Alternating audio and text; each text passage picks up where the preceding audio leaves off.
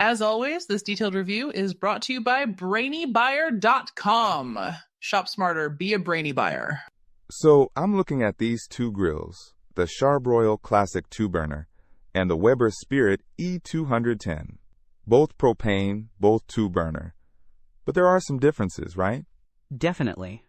The Char-Broil is significantly cheaper, like around $139 compared to the Weber's $499.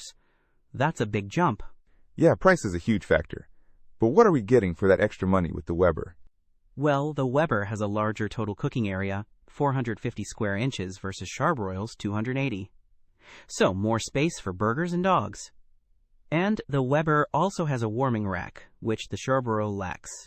Okay, bigger cooking area and warming rack are nice. What about power? The Char-Broil boasts a 20,000 BTU rating, but the Weber doesn't explicitly state its BTU.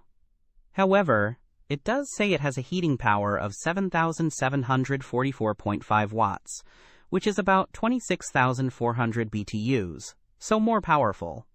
Interesting. So, seemingly more heat from the Weber. What about build quality?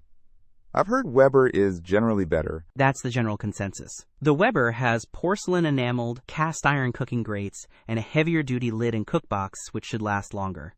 The Char-Broil has porcelain-coated wire grates, which are lighter and more economical, but might not hold heat as well or be as durable long-term.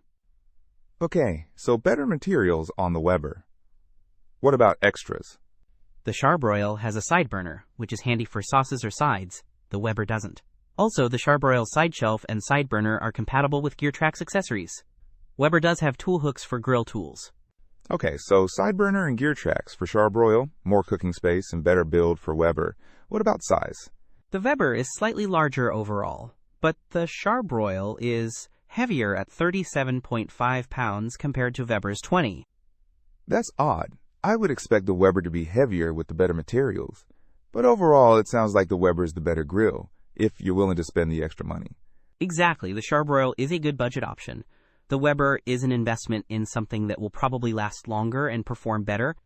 It all depends on your needs and your budget.